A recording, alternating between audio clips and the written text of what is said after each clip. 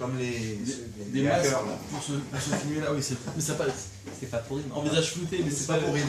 C'est pas le but. Jamais, Voilà. non, jamais. Non, Never. rabbins, non, pas les rabbins. C'est la règle du never. On fait un essai voix, montez un peu les micros près des 1, 2, bouches. Voilà, 1, 2, 3. 2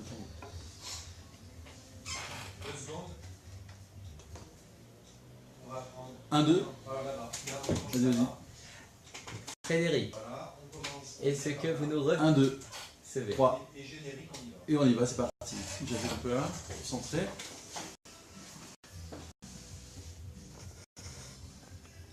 Voilà.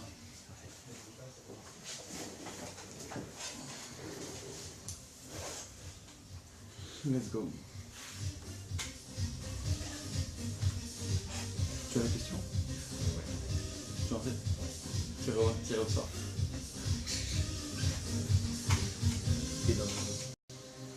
Nous allons lever.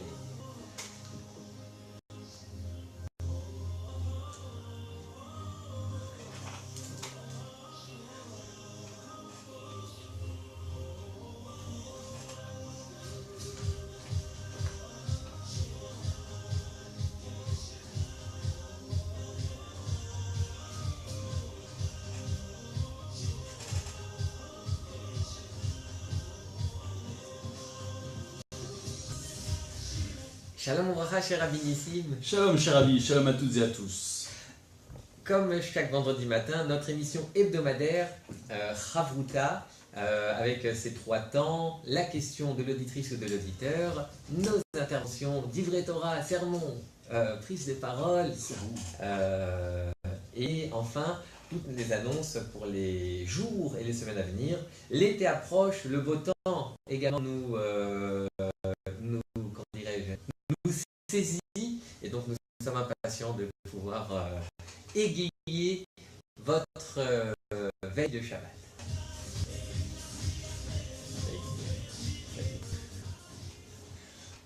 Sans plus attendre, cher ami, j'ai hâte de t'entendre et surtout de t'entendre prononcer la question du jour de l'auditeur ou de l'auditrice tirée tout à fait au hasard. Nous écoutons juste après ceci. Et voilà, le jingle toujours. C'est parti. La question du jour est la suivante. Quelle place occupe l'humour dans le judaïsme? Grande question, n'est-ce pas? En effet, l'humour, c'est une question extrêmement sérieuse. Ah, que c'est bien dit. Eh oui.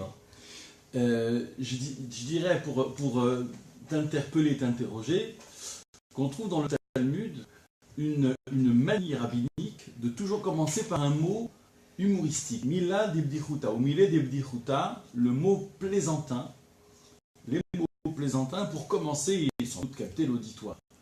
Je remarque que souvent les paysans des États-Unis, lorsqu'ils démarrent une allocution dans un gala, le plus souvent, ont soin de justement de placer à intervalles choisis des saillies drôlatiques, mais surtout de commencer comme ça. C'est très important. Y compris sur une blague qui n'est pas d'une belle facture, mais voilà, il se trouve que pour capter l'auditoire, c'est fondamental. Ça fait partie, des fois c'est carrément de sketch. Hein. C'est assez intéressant. Bon, alors cette manie rabbinique, elle est fort sympathique, elle est louable, mais est-ce qu'elle est compatible avec le sérieux de la mission parfois? Est-ce qu'on peut se permettre d'être guide et drôlatique? Et c'est ce que le Talmud semble dire. D'accord? Donc c'est une belle manière d'interroger l'humour et sa place. Et de manière générale, donc, question d'auditeur, quelle est la place de l'humour? Qu'est-ce que tu penses, toi? Est-ce que c'est compatible d'être rabbin et drôlatique?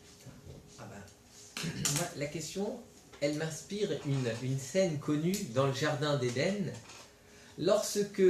Il y a un comique, un peu coup, mais j'attends, je suis tout D'accord, oui. a priori, rien de comique. Ouais. Et pourtant, lorsque Dieu interpelle Adam en lui disant « Pourquoi as-tu consommé du fruit de l'arbre interdit, du fruit interdit d'un arbre interdit ?» Que répond la femme?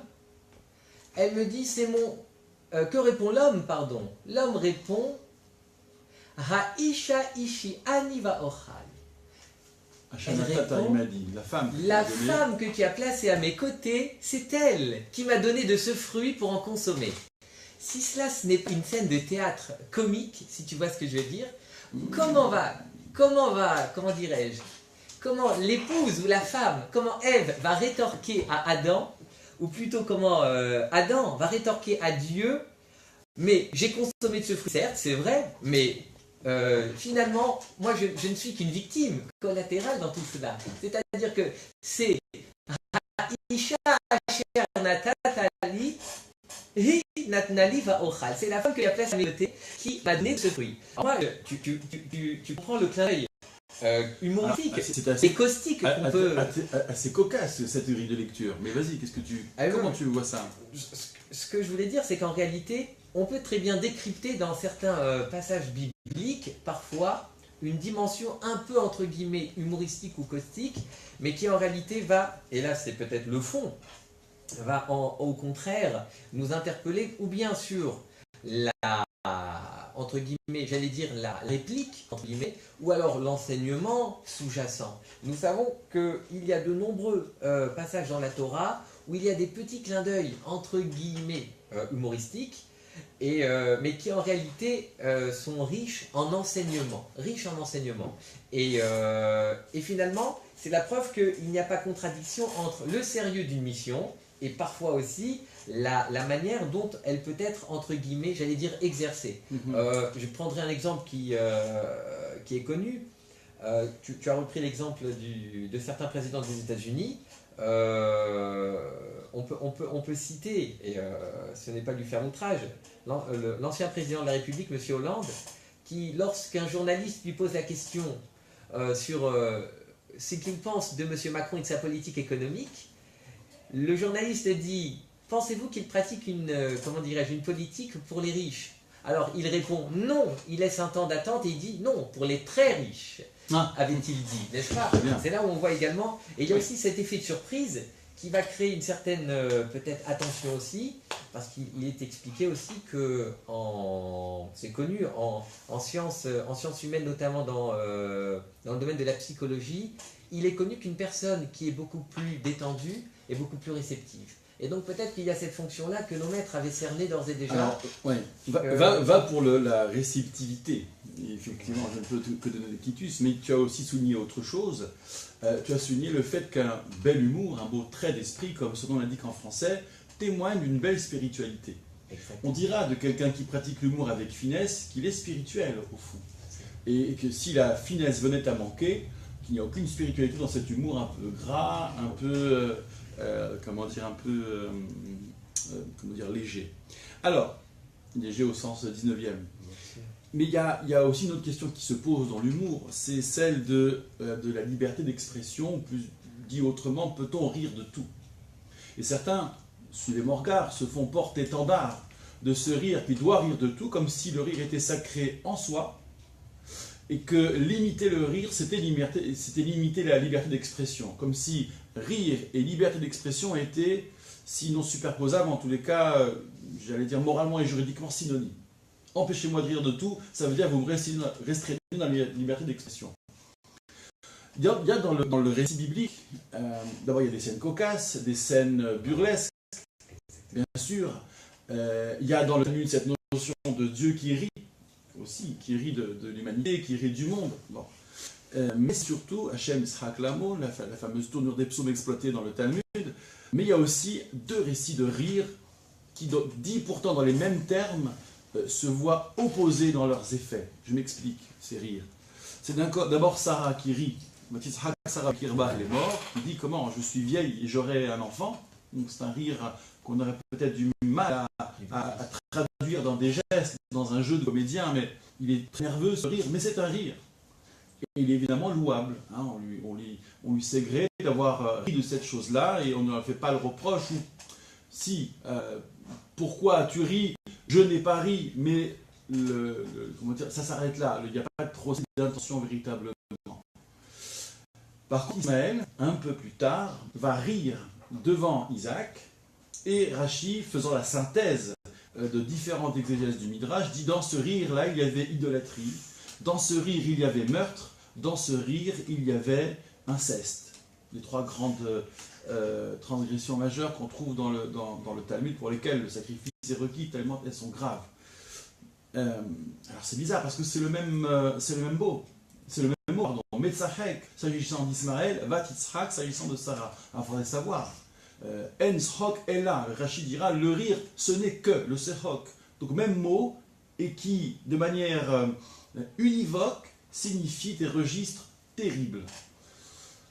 La résolution de cela, elle est, et c'est là que je retombe sur notre question de départ, l'intention dans le rire, elle se justifie, cette distinction se justifie par les intentions. Sarah rit d'un miracle qui n'a pas encore eu lieu, d'une promesse.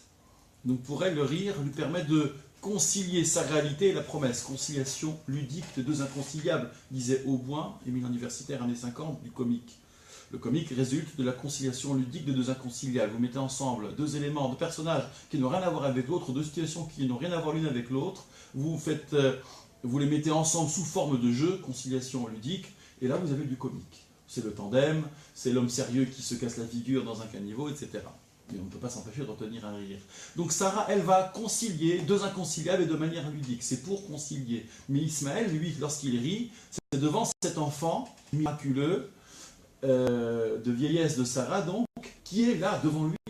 Et dire que qu'il y a encore à concilier une réalité qui est là, c'est d'une certaine manière de signifier qu'il est inconciliable. Soit de dire que son père n'est pas son père, registre de l'inceste, soit de dire que ce miracle n'est pas possible, et donc c'est l'idolâtrie, soit dire, enfin ça renvoie à un déficit quant à la puissance du Dieu unique, donc ça s'apparente à l'idolâtrie, soit c'est dire que, qu'il ne devrait même pas exister, que cette vie est une non-vie, c'est une manière de le tuer symboliquement. D'où le premier des trois registres évoqués par Rashi. Donc tout est dans l'intention. Quand des proches disent « est-ce qu'on peut rire de tout ?» Il dit « c'est sûr, en fait on peut rire de tout, mais pas avec n'importe qui. » J'ajouterais que le rire en soi n'est pas sacré, c'est l'intention qui est mise qui est sacrée. Quand quelqu'un vous dit « mais je ne fais que rire des juifs, ou de telle catégorie, ou des noirs, ou des arabes, je ne fais que rire », le problème n'est pas « il ne fait que rire », et alors quelle est l'intention qu'il y a derrière? C'est la même qu'on ne vient jamais traquer, c'est la même qu'on n'évalue jamais, et qui pourtant doit, à l'aune de la liberté d'expression, pouvoir être évaluée, analysée et critiquée. La liberté d'expression, c'est pas la liberté de dire n'importe quoi. Les mots ne sont pas que des mots, ils sont aussi une trajectoire, et c'est aussi cette trajectoire qu'il faut évaluer. Voilà ce que j'aurais à dire, moi, sur l'avertissement que la Torah formule à l'endroit de l'humour, c'est l'intention qu'il y a derrière. Non seulement j'adhère, mais j'ajouterais simplement, peut-être en guise de conclusion, que c'est peut-être la raison pour laquelle nos maîtres ont associé souvent le rire à la notion de parole et d'expression. D'expression, c'est-à-dire d'expression du visage. Et somme toute, cela me fait rappeler, en guise de conclusion, l'enseignement des Chachamim dans les Pirkei Avot, Eve mekabel et kol adam besever panim yafot. Accueillir toute personne, littéralement, avec d'un visage, j'allais dire entre guillemets creusé, mais creusé, c'est-à-dire d'un visage expressif. Expressif, c'est-à-dire accueillant. Et ça, finalement, bien sûr, sans tomber dans la banalité, j'allais dire du rire, finalement, comme l'on dit familièrement, cela ne coûte pas. Et souvent, il exprime, il reflète un certain état d'esprit, donc comme tu le disais à juste titre, le fait d'accueillir quelqu'un avec sourire, ouais. C'est montrer que finalement, il est bien, que nous sommes prêts à le recevoir, à l'accueillir, à l'intégrer également, dans la mesure où, bien, naturellement, il s'intègre lui-même, j'allais dire, à la fois au tissu communautaire et au tissu social. Merci beaucoup, cher ami. Pour faire la synthèse de tout ce qui a été dit, nous avons parlé de l'intention du rire, nous avons parlé du beau visage de l'accueil, de la spiritualité du rire, de la haute spiritualité. Disons en synthèse qu'il est finalement le symptôme de tout. Le symptôme, la possibilité de l'humour est le symptôme de la relation humaine, le symptôme de nos états d'âme. Les jours où nous ne savons plus rire sont sans doute de très mauvais jours. Et les relations dans lesquelles l'humour n'est pas possible est une relation qui, sans doute, n'a pas d'avenir ou de devenir. Voilà, chers amis, première pause musicale, choix sur info, quelques notes légères, puisque c'est tout de même la saison des joies familiales et des concerts. Et c'est parti.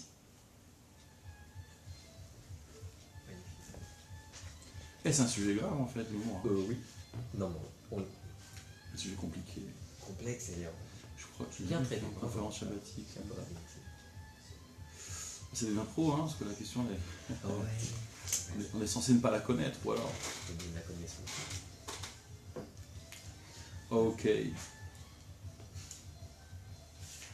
Donc ça c'est un peu d'humour. Ça porte sur quoi ton cours de demain? Sur le nazir. Nazi. Magnifique. Je l'ai intitulé Le nazir, un homme d'exception. Oh, que c'est magnifique. Un homme d'exception. Et oui, parce que c'est ça. Et fait-il exception à son humanité? À manger main ou à manger différemment, à se couper les cheveux. Il se prive le pauvre. Il agit. Magnifique. Un homme d'exception. Super. Merci. Des fois, tu sais, c'est des titres simples qui font mouche. Je vois qu'il y a une beauté dans l'exactitude.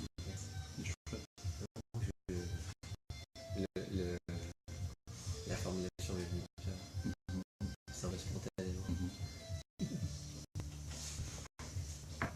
Alors, cher. Comment vont nos auditeurs? Internautes. L'écran est un peu loin. Donc, on n'arrive pas à les commentaires. Les commentaires ne sont pas toujours visibles, mais voyons combien vous êtes réactifs, et nous en remercions infiniment.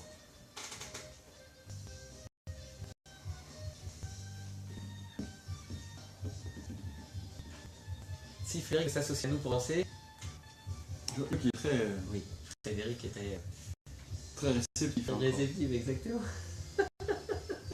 Ils en sont. avec Klezmer, c'est assez magique. C'est magnifique le clavier.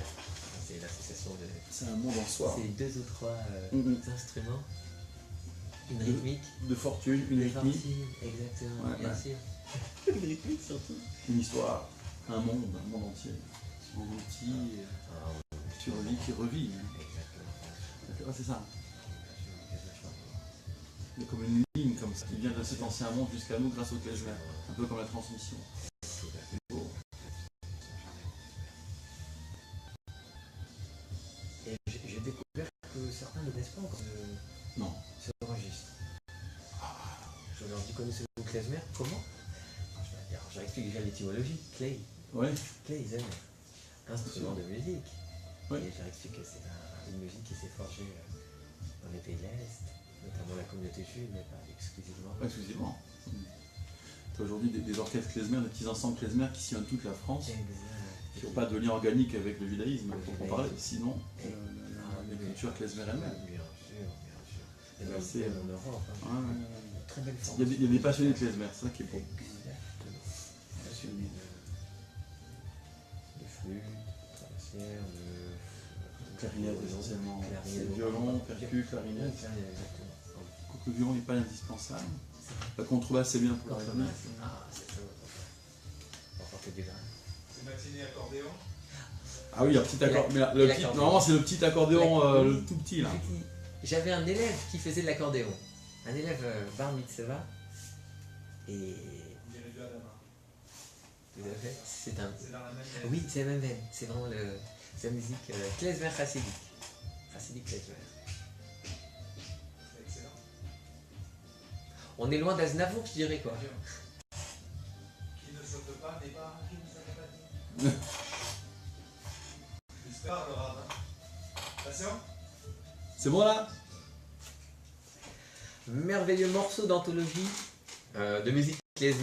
Klezmer, dont je rappelle que c'est une contraction, un terme qui veut dire littéralement keli, instrument, zemer, instrument de musique ou de chant. Musique qui est forgée dans le, j'allais dire, dans les terres, non pas australes, mais les terres d'Europe de l'Est, et qui ensuite comment dirais-je, a transité jusqu'à nos contrées.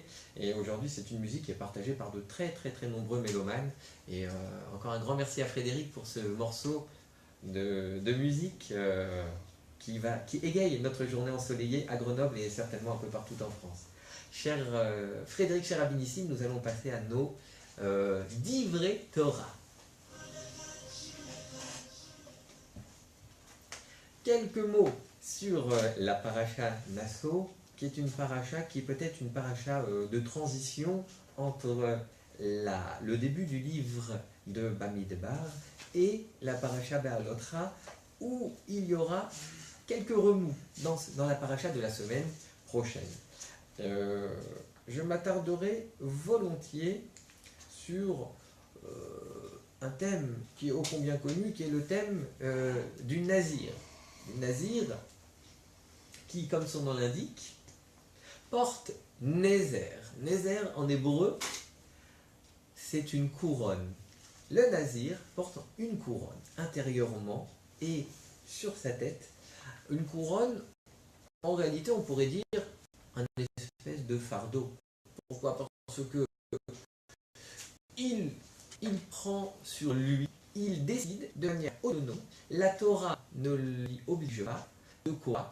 Eh bien, de s'interdire des choses dont on dirait aujourd'hui ce sont des plaisirs du monde. Comment dirais-je,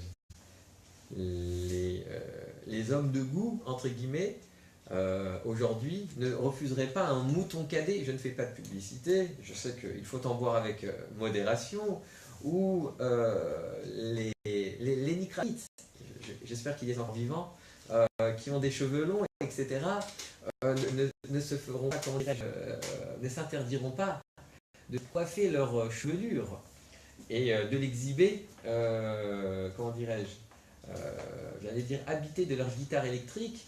Et tout cela nous rappelle que ce sont précisément ce que s'interdit le nazir. Le nazir s'interdit dans un premier temps, il ne se coupe pas les cheveux, donc il s'inspire un peu de cette mode qui a sévi après les années 60, dans les années 60, après surtout le mouvement des années 68, de l'année 68, et également il s'interdit en revanche toute liqueur de vin et tout ce qui peut en découler. Alors, évidemment, certains diront, ah bah oui, alors c'est peut-être d'un côté un homme sage. Pourquoi? Parce qu'il a conscience que le vin peut étourdir, et il a conscience également que la chevelure qui va s'enraciner dans le cerveau est peut-être tout à fait symbolique et représentative. Effectivement, nos maîtres disent que l'abstinence de cet homme, du nazir, elle se concentre sur, entre guillemets, on pourrait dire deux domaines, qui sont des domaines à la fois complémentaires et des domaines qui sont certainement liés. L'un fait appel à, j'allais dire, à l'intellect, et l'autre fait appel, au contraire, on pourrait dire, au sens, c'est-à-dire à la dimension sensible des choses. D'un côté, il est question d'une chevelure qui n'est pas coupée, et le Midrash nous dit, le Shulchan Aruch également nous enseigne, que l'abstème, le nazir, pourra ainsi faire un vœu, car nous sommes dans le domaine de ce qui est facultatif, lunaire. Il pourra faire le vœu de se priver de vin et de se couper les cheveux tout au moins un mois. Un mois, c'est un clin d'œil qui est fait au verset, un des versets de notre paracha, où il est dit explicitement par Gematria que le délai minimum, la durée minimum, eh bien c'est un mois. Nous savons dans la tradition que de nombreux abstèmes, de nombreux nazirs l'ont été beaucoup plus. Et nous y reviendrons dans la conclusion. Voilà que les cheveux s'enracinent dans la tête, le cerveau. Le cerveau, comment dirais-je, j'allais dire les hémisphères du cerveau, et également toutes les parties, entre guillemets, à la fois, qui concernent, on pourrait dire aujourd'hui, la neurologie en général. Tout cela pour mettre l'accent sur quoi? Sur le travail intellectuel et spirituel également, et la quête peut-être de spiritualité et de rigueur, et également de peut-être rationalisation des choses comment dirais-je, de l'abstème, c'est-à-dire du nazir. Le nazir, ce qu'il cherche avant tout, c'est une certaine rigueur, un certain équilibre également, et tout ça, il le matérialise en interdisant de se couper les cheveux. Pourquoi? Parce que les cheveux, c'est quelque chose de très symbolique. D'un côté, dans la tradition juive, le Talmud nous dit, pour les femmes en particulier, c'est un peu, comment dirais-je, l'expression de leur beauté. De leur beauté, c'est-à-dire de leur, d'une certaine manière, de leur intériorité également, d'une certaine manière. Et c'est pourquoi elles attachent tant d'importance à la, comment dirais-je, j'allais dire, au caractère soyeux, également à la coupe de cheveux. J'ajouterai également, puisque c'était notre thème également, non sans que cela ait des conséquences, je dirais, financières. Quand on voit les tarifs aujourd'hui, les colorations, cher Abinissime, enfin, je referme la parenthèse. Et donc, je ne connais pas les tarifs. Ouais, tu m'as renseigné. Tu as bien raison. Mais donc, d'un côté, il y a cette dimension-là, et d'autre côté, il y a également la volonté, à travers l'endroit où brasser les cheveux, montre que, d'une certaine manière, il y a une maîtrise de l'intellect.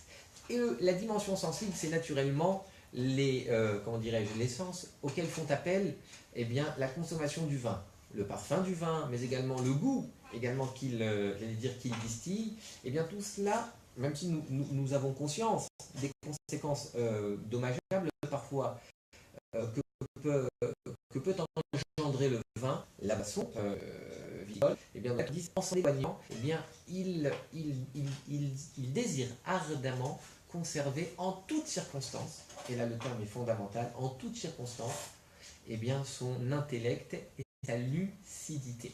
Et je conclurai sur cela. Et finalement, peut-être que nos maîtres ont voulu également nous enseigner à nous, sans être, j'allais dire, des abstèmes ou de grands abstèmes, que peut-être c'est sur ce que nous devons toujours mettre l'accent. Toujours rester lucide. Lucide, c'est-à-dire également avoir peut-être un jugement, j'allais dire peut-être parfois des événements, des situations de la vie, où nous devons toujours chercher à les, comment dire, à les analyser avec peut-être avec rigueur, avec également aussi avec une certaine également prévoyance au sens où il ne faut surtout pas agir ou alors comment dirais-je, intervenir, parfois, comme l'on dit familièrement, de manière un peu trop abrupte, c'est-à-dire dans le feu de l'action. Et c'est certainement peut-être un des enseignements implicites de notre paracha, et en souhaitant effectivement, dans la mesure où eh bien, nous sommes toujours vigilants par rapport à l'analyse des événements, alors eh bien, nous pourrons toujours les analyser tel un abstème, c'est-à-dire avec maîtrise et condescendance. Merci beaucoup, cher ami. Il y a dans cette paracha, juste avant le thème du nazir, tel que tu l'as formidablement décrit et traduit, redis s'il te plaît en tel le mot que tu emploies.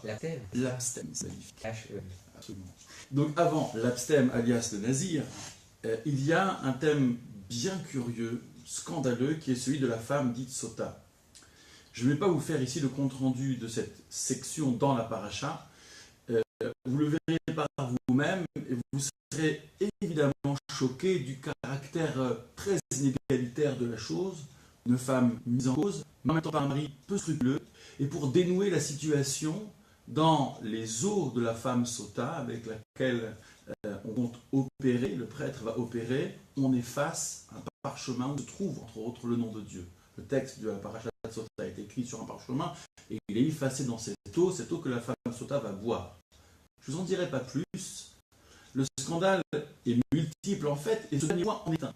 Puisqu'il s'agit d'effacer le nom de Dieu, pas seulement pour établir une vérité, mais dans un contexte où on se dit que les protagonistes, au fond, mais non pas individuellement, mais collectivement, le méritent-ils? Cette situation qui est laide, un mari peu scrupuleux, inquisiteur, en même temps approximatif, une femme qui le défie, mais on n'a pas envie de rentrer dans ce texte, en fait. On n'a pas envie de rentrer là-dedans.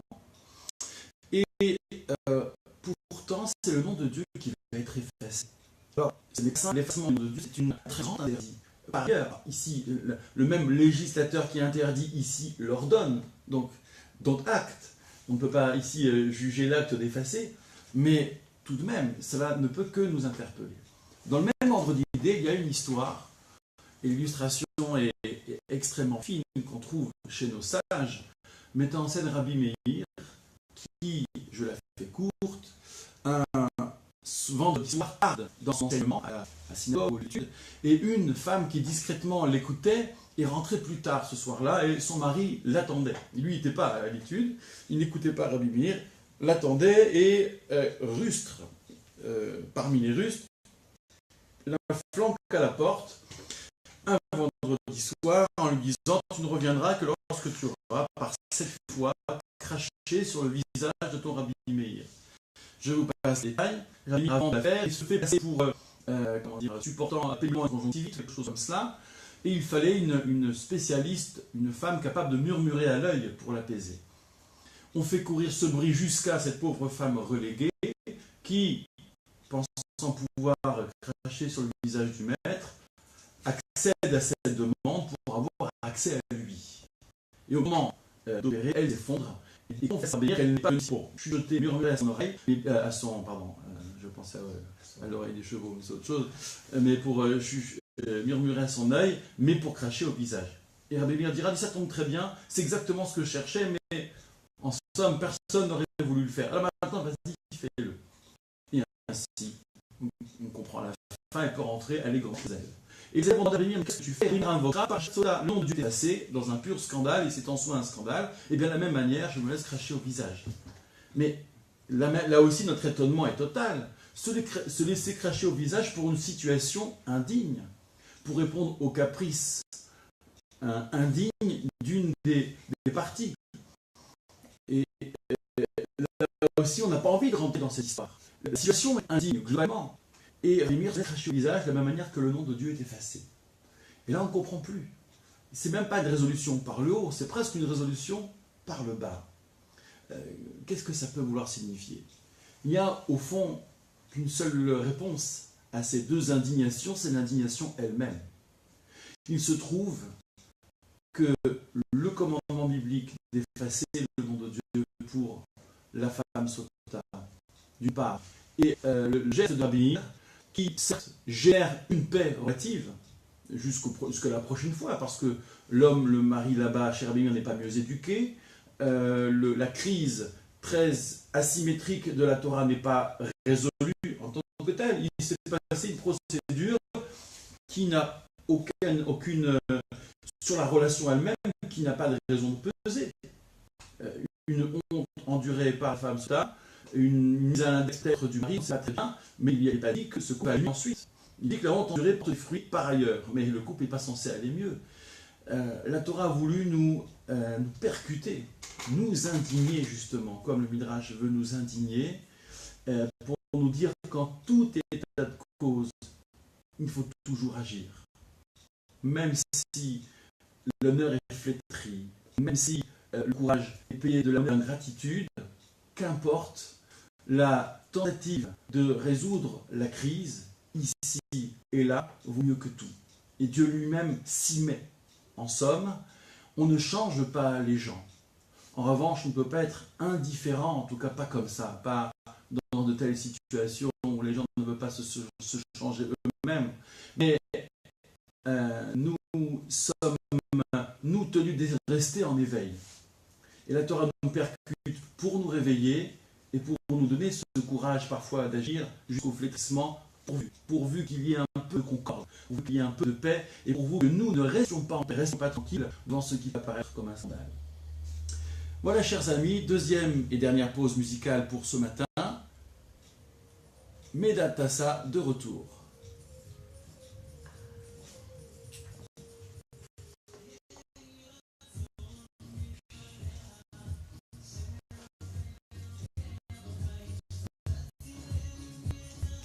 Ça aussi, c'est pas mal. Je nous redonne la belle thème a dit. Oui. C'était comment ça s'appelle? Medat Tassa. C'était un gamin qui chantait. Il a grandi maintenant. Comment? Oui, exactement. Oui. Ce que me disait Rabbi. Oui, je sais pas. Il est en vogue. J'avais vu une fois à Marseille. Ah, maintenant, c'est un jeune adulte, mais il chantait gamin, il a une jolie petite voix. C'est un Roselito du Ah. chant liturgique. Ah. Attendez. Un rose. Je sais pas, irakien, je sais pas. Mais c'est très possible. Enfin, je parle de culture. D'origine. Mhm. C'est possible. Il y a bien, je sais plus, je connais pas les détails. Mais c'est très beau. Puis c'est très. C'est rythmé. Comme on dit, c'est convaincant. Convaincant. Mhm. Ah non, c'est probant encore. Non, mais un morceau probablement plus pas mal. Abstem, c'est l'étymologie abstem. Oui, trop bien. Ah, oui.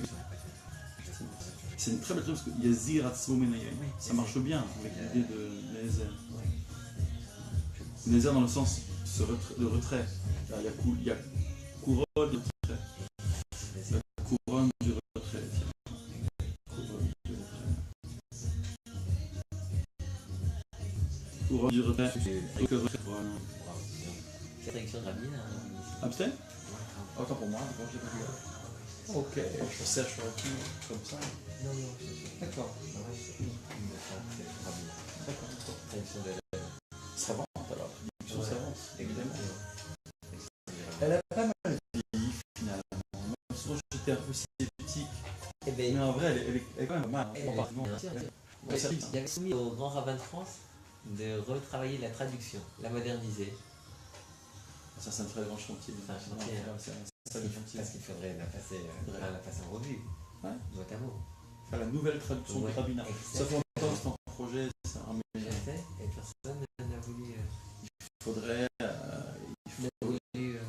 faire un coup. C'est-à-dire que ce soit vraiment une traduction très très expert, très novatrice, qui s'est réalisée en somme avec Second, avec la Pléiade, avec une traduction qui soit attendue.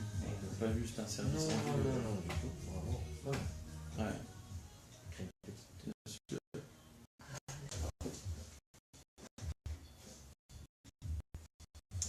Les annonces communautaires pour cette semaine. Demain après-midi, notre thème de conférence, après Minra 20h, dans le cadre d'une jolie soda chichite qui sera offerte par les familles Bellassène et Krief à la mémoire du regretté monsieur Bellassène, eh bien ce sera le thème du nazir. Le nazir, l'abstem, un homme d'exception, point d'interrogation. C'est ce que nous verrons et nous traiterons. Bezrat Hachem. Je rappelle naturellement nos cours, notamment en semaine, le thème Torah du dimanche matin, de 10h à midi et quart. Également le cours pour les postes bar mitzvah, qui est également un cours qui connaît un bon succès. Et je laisse la parole immédiatement à mon éminent collègue. Mais oui, cher ami, merci beaucoup. Notre conférence shabbatique sera en fait la synthèse, notre veillée d'études qui fut extrêmement féconde.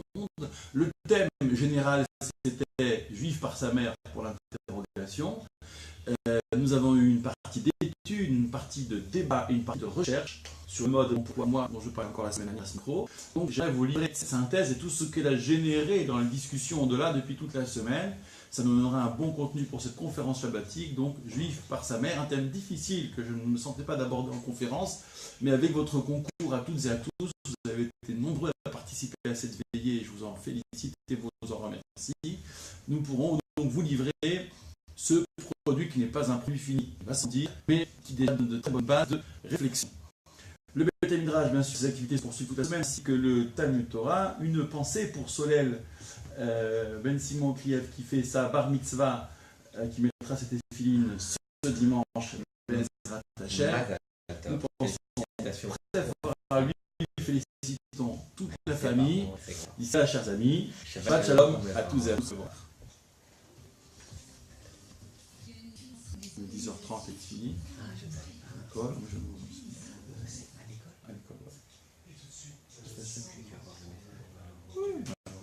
Ça sera pas qu'on soit à ses côtés. Très chouette.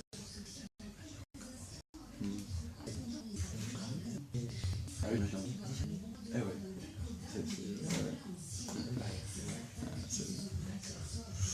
Ok. Mais tu as dû me rappeler. Et j'ai dû avoir un texto.